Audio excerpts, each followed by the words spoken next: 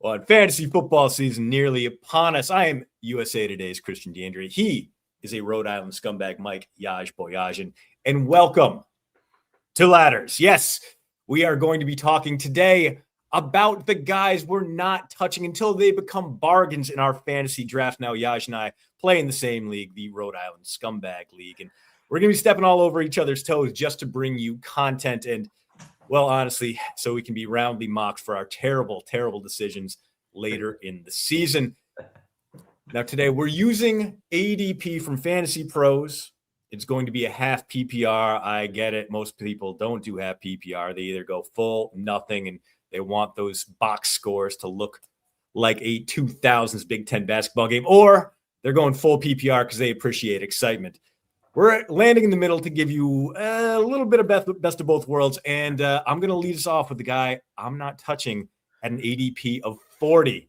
I can wait till the 6th, 7th round for Cam Skattebo. Yes, Yaj, I understand the Giants are trying to get some adults in the room, right? The Brian Daboll era somehow led to a playoff win, but nothing else. Yeah. But these offensive coordinators, the offensive staff in general, Yaj, Matt Nagy, Brian Callahan, Greg Roman, nothing innovative is going to come from that group. In fact, nothing but frustration and heartbreak follows that specific triumvirate of gentlemen around. And now you have a guy in Skattebo who I want to be sensitive here. I want to be kind to our rock-headed running back, because some of these guys are just crayon eaters and it works out great for them. But if you try to impart a new playbook on Cam Skattebo, he's going to do one thing. He's going to run straight through it head first.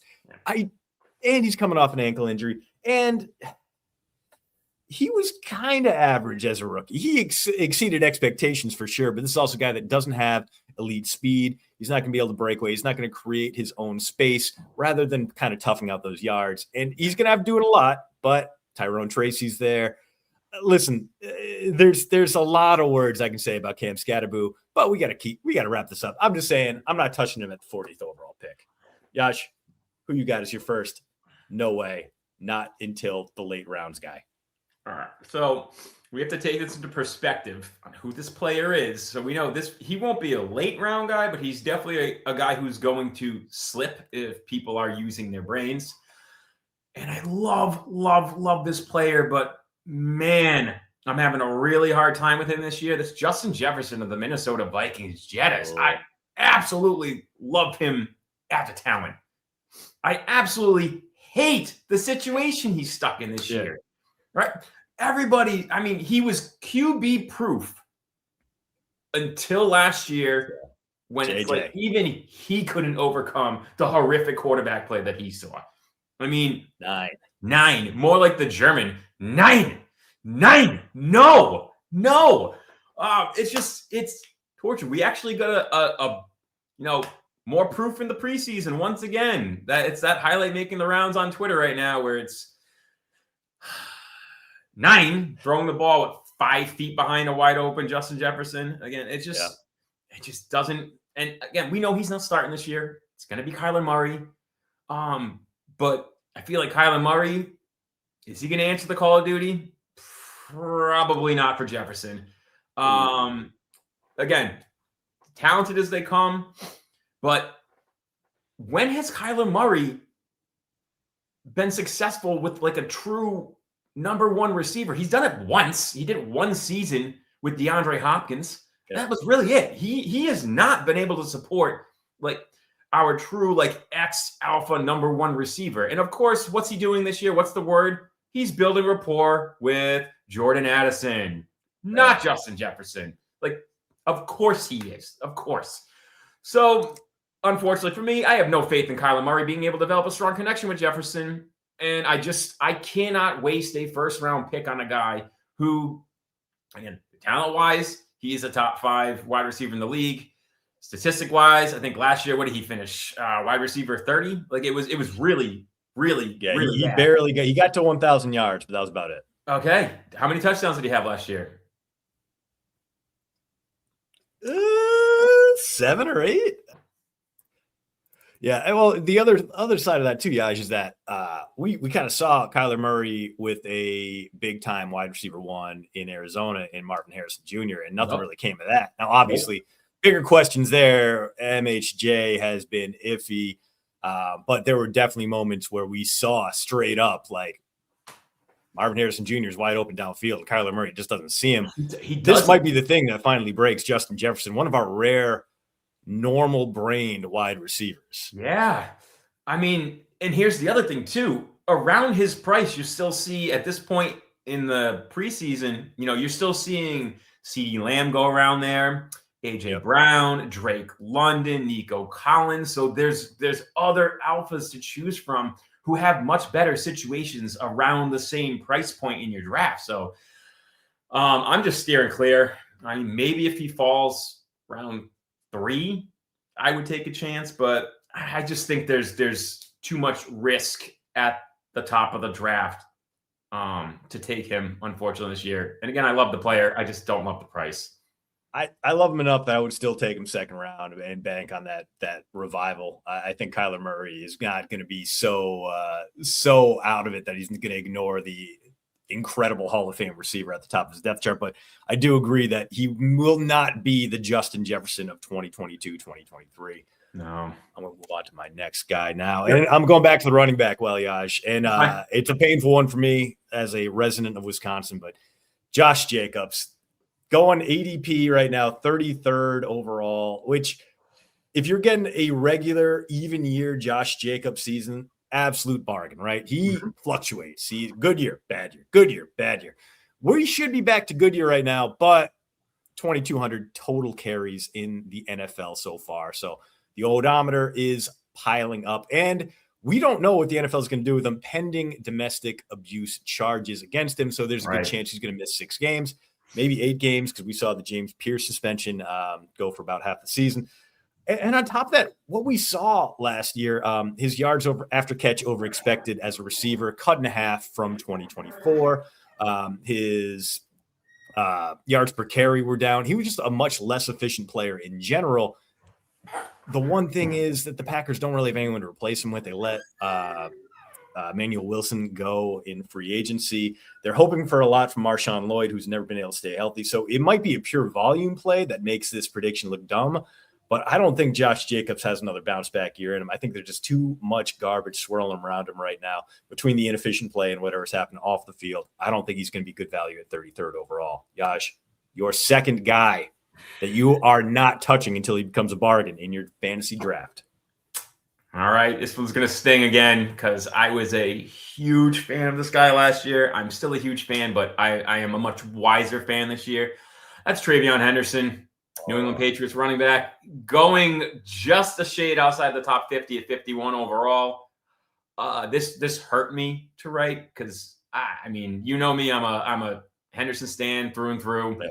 I took him way too early in our home league with a bunch of New England fans last year. So I mean, and I paid for it dearly. Got to get in front of the homers. Hey, you have to. I knew he wasn't coming back to me, but at the same time, it was, besides that nice little pocket we had for a couple of weeks where he was the lone back in the backfield, he absolutely crushed it. But I'm unnerved by what happened as the season wore on, and it just became more and more about Ramondre. And by the playoffs, he had all but disappeared. And camp reports are the same thing they were last year. He's still struggling with pass protection.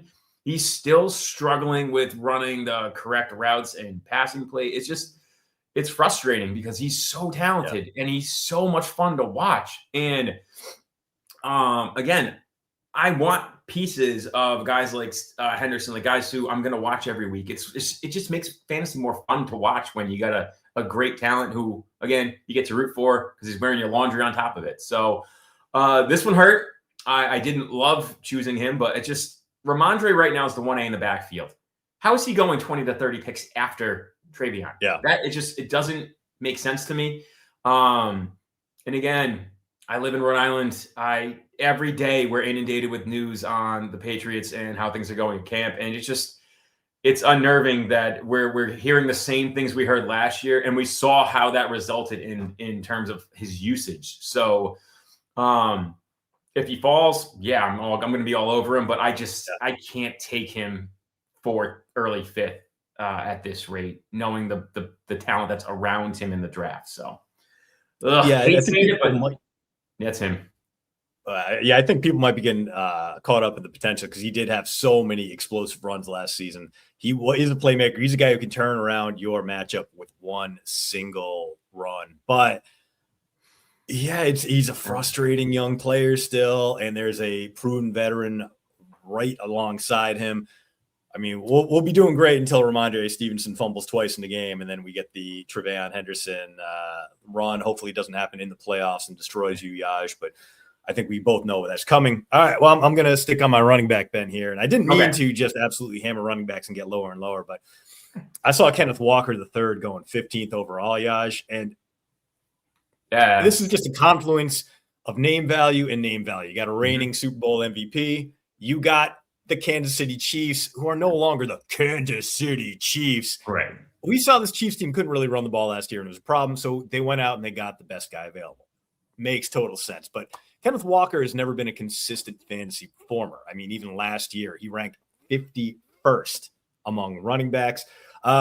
He's a guy who, he's coming off his career high for catches, and we don't know necessarily if he's going to have that same kind of dump off utility, although with the Chiefs in tow, with that terrible receiving core, he might.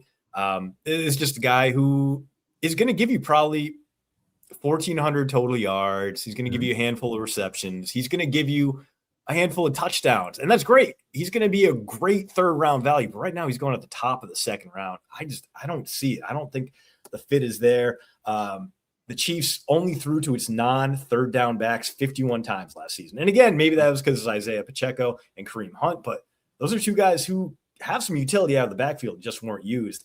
I don't think you're going to have that same opportunity that you had with Walker in Seattle necessarily.